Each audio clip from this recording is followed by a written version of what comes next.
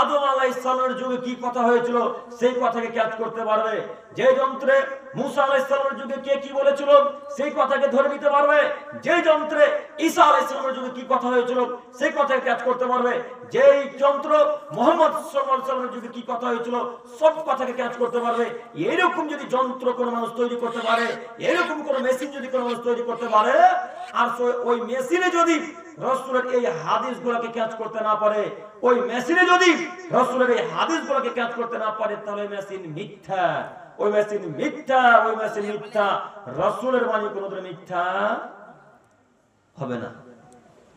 সম্মানিত মুরব্বী সাহেব, আপনি বিশ্বাস করুন, যারা নেশাদ্রব্য খায় পান করে তারা জান্নাতে যাবে না। আপনাদের গ্রামে যদি আমি তো ছোট মানুষ, আপনাদের গ্রামে মাদ্রাসা আছে কি কোথাও? কোথায় নাম বলেন? নানারাহি কি বড় মাদ্রাসা?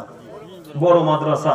ওই মাদ্রাসাতে গিয়ে যিনি শাইখুল হাদিস, যিনি বুখারী পড়ান, তাকে গিয়ে জিজ্ঞাসা করবেন নেশাদ্রব্য খায় পান করলে জান্নাতে যাবে কি যাবে না? উনি কি বলেন শুনেন। এখন যদি মাদ্রাসার কোন হেড শিক্ষক, মাদ্রাসার কোন শাইখুল হাদিস যদি গুলখোর হয় তাহলে বলবে যাবে। কিন্তু প্রায় মানুষের অবস্থা এই, যারা শিক্ষক, যারা হুজুর মানুষ, তারাও নেশাদ্রব্য খায় পান করে, তারাও বিড়ি পান করে, তারাও ওই আপনার গুল মাজে, তারাও আপনার গুটকা খায়, তারাও জর্দা পান খায়। আশ্চর্য লাগে, হুজুর জর্দা পান মুখে দিয়ে স্টেজে আসে আর একটা বুক পকেটে ভরাই থাকে, এক্সট্রা রাখে, মুখটা শেষ হলে এটা ভরবে। এটাই নাকি আপনাদের হুজুর। সম্মানিত মুরব্বী সাহেব, আপনাকে আমি অনুরোধ করে বলি, এই হুজুরদের জাতির পরিবর্তন হবে না। যাই হোক, আমি বলতে চাইছিলাম আজকের পর থেকে আর জিন্দেগিতে সুদের নিকটে যাব না ইনশাআল্লাহ, ইনশাআল্লাহ।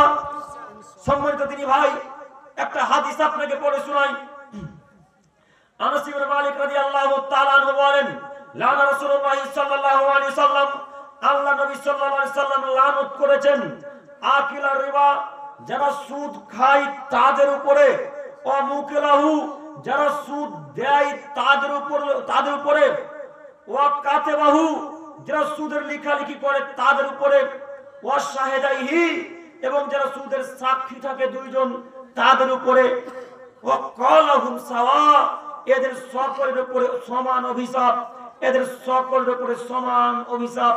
সম্মানিত তিনি ভাই, এই হাদিস সহিহ মুসলিম ও মিসকাতে পাবেন, এই হাদিস সহিহ মুসলিম ও মিসকাতে পাবেন। এই হাদিসের বিবরণ দ্বারা বোঝা যাচ্ছে যারা সুদ খায় তাদের উপর লানত, যারা সুদ দেয় তাদের উপর লানত, যারা সুদের লেখালেখি করে তাদের উপর লানত, যারা সুদের সাক্ষী থাকে তাদের উপরেও লানত। এখানে একটা কথা বলি, এখন বন্ধনে টাকা নিতে গেলে, টাকা যদি নিতে যাওয়া হয় তাহলে দুইজন সাক্ষ্য যদি না নিয়ে যান তাহলে আপনাকে বন্ধনে টাকা দিবে না। আপনাদের দিকে নিয়মটা আছে কি? বন্ধন যদি নিতে যাওয়া হয় তাহলে আগে সাক্ষ্য লাগে, তাই না? তো সাক্ষ্য না হলে বন্ধন দিবে না। এবার আপনাকে বলি, যুবক ভাই আপনাকে বলছি, মনে করেন আপনার বন্ধু বন্ধন নিবে, আপনি আপনার বন্ধুর পক্ষে সাক্ষ্য হিসেবে গেছেন। মনে করেন আপনার মা বন্ধন নিবে, আপনি আপনার মায়ের পক্ষ থেকে সাক্ষ্য হিসেবে গেছেন।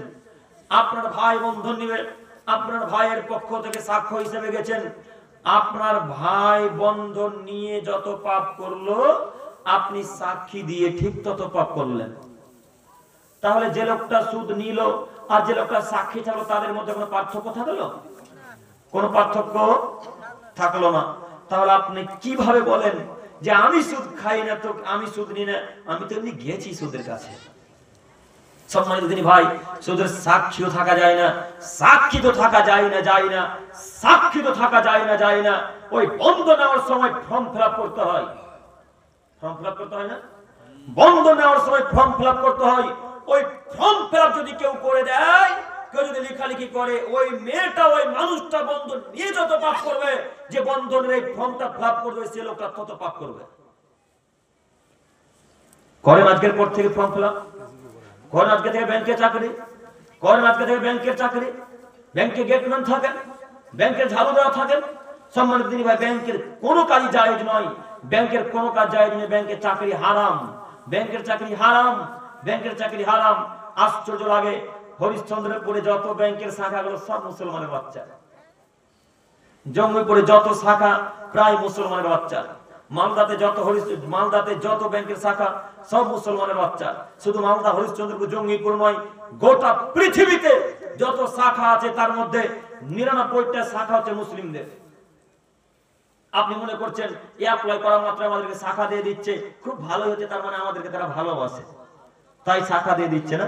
আপনাকে ভালোবাসে না তারা, আপনাকে জাহান্নামে কিভাবে নিয়ে যেতে হয় এই পথ তাদের জানা আছে, তার জন্য আপনাকে শাখা দিচ্ছে, তার জন্য আপনাকে শাখা দিচ্ছে। এই সব চাল ইহুদিদের, এই সব চাল ইহুদিদের। আপনি তো ইহুদিদের সম্পর্কে জানেন না, ইহুদিদেরকে নিয়ে আপনি গবেষণা করেন না, তাই আপনি ব্যাংকের শাখা খুলে বসে আছেন, তাই আপনি ব্যাংকের শাখা খুলে বসে আছেন। আপনি জানেন, ইহুদিরা ভালোভাবে জানে যে ইহুদি, খ্রিস্টান, বৌদ্ধ, নাসারা, সাঁওতাল, এই মুসলিম বাদ দিয়ে ইসলাম ধর্মে যারা আছে তারা বাদ দিয়ে পৃথিবীর কোন জাতি জান্নাতে যাবে না, পৃথিবীর কোন জাতি জাহান্নামে, পৃথিবীর কোন জাতি জান্নাতে যাবে না, পৃথিবীর কোন জাতি জান্নাতে যাবে না। জান্নাতে যদি যায় তারা কারা? মুসলিম। এই কথা ইহুদিরা ভালোভাবে জানে, এই কথা শয়তানও ভালোভাবে জানে, এই কথা খ্রিস্টানরা ভালোভাবে জানে। তাই তো ইহুদিরা একটা প্ল্যান করেছে, যে বন্ধন, সুদ, ব্যাংকের কাজকর্ম যদি মুসলমানদের নলেজে ভরে দেওয়া যায়, মুসলমানদের কাছে যদি প্রবেশ করা যায়, তাহলে এমনিতেই তারা জাহান্নামে যাবে, আমাদেরকে অত খাটা লাগবে না। তাই তারা যত প্রসেস মুসলিমদেরকে সুদের সাথে জড়িত করে দিয়েছে।